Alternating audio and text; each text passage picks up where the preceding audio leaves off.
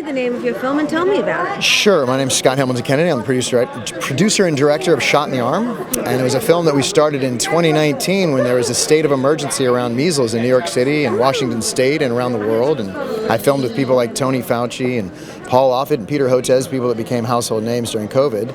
And then COVID happened, and it went to this other place where we thought for a minute maybe we didn't have a movie anymore, but because measles was coming back because of anti-vaxxers fomenting fear around vaccines, that's what brought measles back, and they continued to foment fear around COVID and other things during COVID. Oh my goodness, so you started your film before COVID even hit? Correct, wow. Correct, yes. Wow. It was a strange turn, so yeah. yes. And how was it working with Dr. Fauci? I didn't work with Dr. Fauci. He did, I'm a teacher, and he shot some of because COVID was such an interesting experiment in classrooms, he filmed a lot of my classroom scenes that were going on. Really? So we were really trying to figure out how to still teach while afar from our students, and that was a complicated... That was a challenge. Yeah, it was a challenge, and I think there's still a lot that we can learn from that we haven't learned quite yet.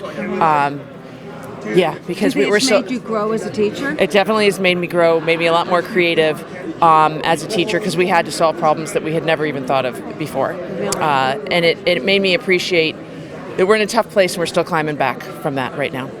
Yeah, absolutely. My family was part of the film because of lockdown. So my family was part of the film as sort of the experience of all of us, what we all went through. So my question was, how is it working with Dr. Fauci? Oh yes, working with Dr. Fauci. He's an icon. He is an icon. Working with Dr. Fauci in 2019 before he became Super Fauci, right. I found him to be a steady, calm, intelligent, kind, open person. And when I see people try to take a crap on him, try to poke holes in him now.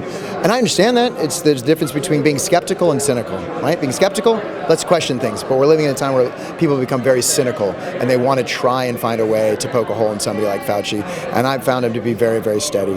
And if we find things that we learn from this experience to do better next time, that's science. That's all we're supposed to do. But there's a huge difference between the work he does to stay steady and the work that other people do that foment fear and disinformation to really cause damage. Absolutely. Well, we're all really blessed that we had him. I agree. Absolutely. I agree. Well, thank you for bringing your film to us. Absolutely. It's great to be back in Santa Barbara. And it's great that you did something like this. Thank you. Time. Thank you very much. Thank you for asking your questions. Enjoy. Yeah. Thank you. Thank you.